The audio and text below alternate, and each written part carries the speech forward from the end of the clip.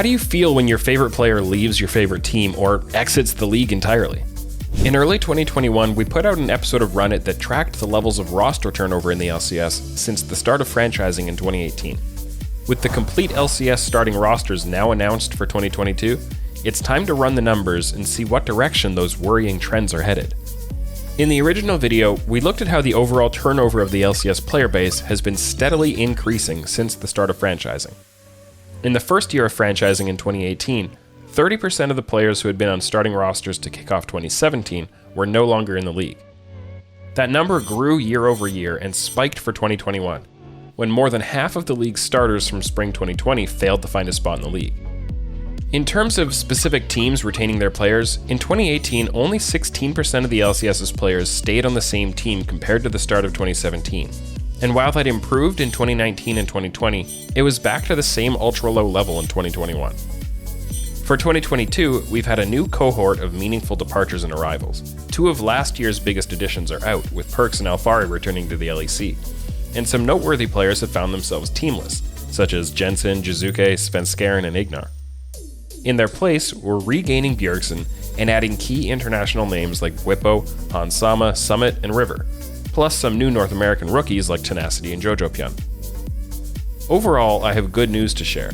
Turnover is down 10 percentage points compared to a year ago, and same team retention has rebounded all the way to 38%, tied for the highest it's ever been in the franchising era.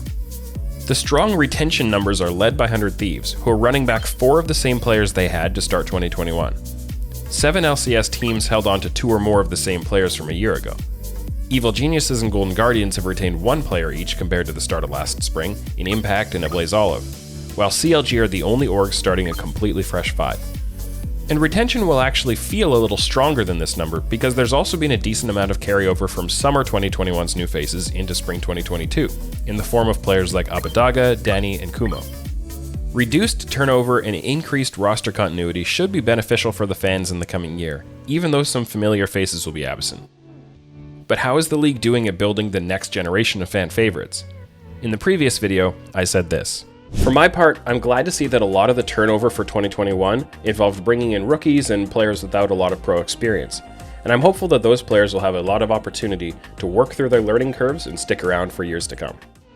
When we look at the LCS's fresh faces from 2021, we've actually got some pretty nice staying power and carryover so far. Fudge is the highlight, and we also have Ablaze Olive, Neo, Revenge, and Fake God continuing on the same teams. Palafox has changed teams, but he's still in the league, and we can layer in Kumo, Danny, and Jenkins as new players who entered or re-entered the league mid-2021 and are part of 2022's starting rosters.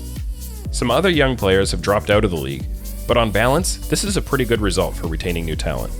All in all, LCS turnover seems to be headed in a better direction, and there's another strong crop of fresh faces inbound. Let's hope these trends continue in the years to come. Happy holidays, everyone. I just want to say thank you so much for watching that video. I hope it was the gift under your tree that you were looking for. And if you're looking for something that's too big to fit in a stocking, you should look at alienware.com/Travis and some of the sick hardware that they've got going on there. You know, it's the time to be maybe giving yourself a gift, maybe getting somebody else a gift. And you can use the discount code in the description to save money on that gift. So thank you so much to Alienware for sponsoring this video.